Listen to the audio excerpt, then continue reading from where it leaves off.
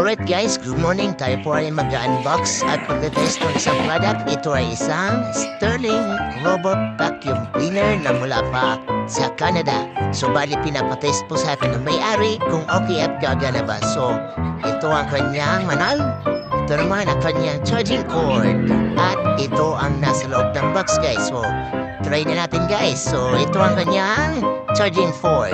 At ito naman ang kanyang space isolator kung saan naglilimit para hindi siya maligaw kung saan. So, try na guys kung gagana ba. So, ayun guys. Charging siya guys. Ibig sabihin, nagbe-blink yung kulay blue. Charging siya. So, hintayin na lang natin guys na magkaroon siya ng konting power para magamit natin. Kunti na lang guys. Wait tayo maya-maya. A few moments later. At ayun, Sesti guys, so tingnan nyo guys, napakahusay, napakagaling, napaka-high-tech wireless vacuum robot. So ayan, higop lahat ng aligabok at kahit maliliit na buhok. So ikaw na pahiga-higalan, pa-cellphone, patulog-tulog, hay-hay ang buhay.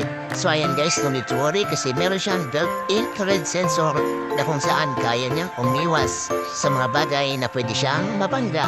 So ayan guys, so napakaganda para parang nag-alaga ng tuta na marunong maglinis ng bahay. So ayan guys, so napaka-cute, napaka-galing. So guys, isa pa sa napaka-gandang features ito ay isang tinatawag na self-charging. Kapag ka siya ay palubat na or nanghihina na, siya ay kusang bumabalik sa kanyang charging port or charging station para i-charge ang kanyang sarili na hindi na ginagalaw.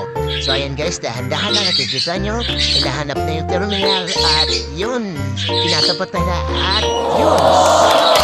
Yun, nag-check na guys, tingnan nyo, wala siyang remote. Nice.